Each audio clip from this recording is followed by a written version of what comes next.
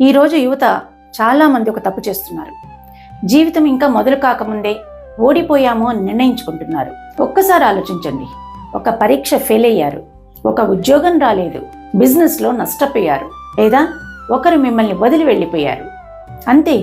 కానీ నా జీవితం అయిపోయింది, నాకు అదృష్టం లేదు, నాకు ఏది సరిగ్గా ఉండదు అని నిర్ణయం చేసుకుంటున్నారు. కానీ ఒక్క ప్రశ్న అడుగుతాను. మీరు జీవితంలో ఒక్క అధ్యాయం మాత్రమే చదివి మొత్తం జీవితం అనే పుస్తకానికి ఎలా తీర్పు చెప్పగలుగుతున్నారు? ఒక మ్యాచ్ ఓడిపోయినంత మాత్రాన ఆటగాడు తన కెరీర్ ముగిసిపోయింది అని అనుకుంటాడా? మరి మన జీవితంలో ఒక్క ఓటమి వచ్చినంత మాత్రాన ఎందుకు అంతా అయిపోయింది అని అనుకుంటున్నారు? నిజమేంటంటే ఈ రోజు మీరు ఎదుర్కొంటున్న కష్టం రేపు మీకు బలం కావచ్చు. ఈ రోజు మీకు వచ్చిన తిరస్కారము రేపు మీకు దారి చూపొచ్చు. ఈ రోజు మూసుకుపోయిన దారులు రేపు తెరుచుకోవచ్చు. బట్ వన్ కండిషన్, మీరు ప్రయత్నం ఆపకూడదు.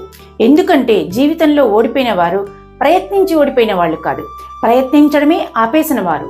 గుర్తుంచుకోండి, ప్రపంచంలో ప్రతి విజయవంతమైన వ్యక్తి జీవితంలో ఓటములున్నాయి, తిరస్కారాలున్నాయి, కష్టాలు ఉన్నాయి.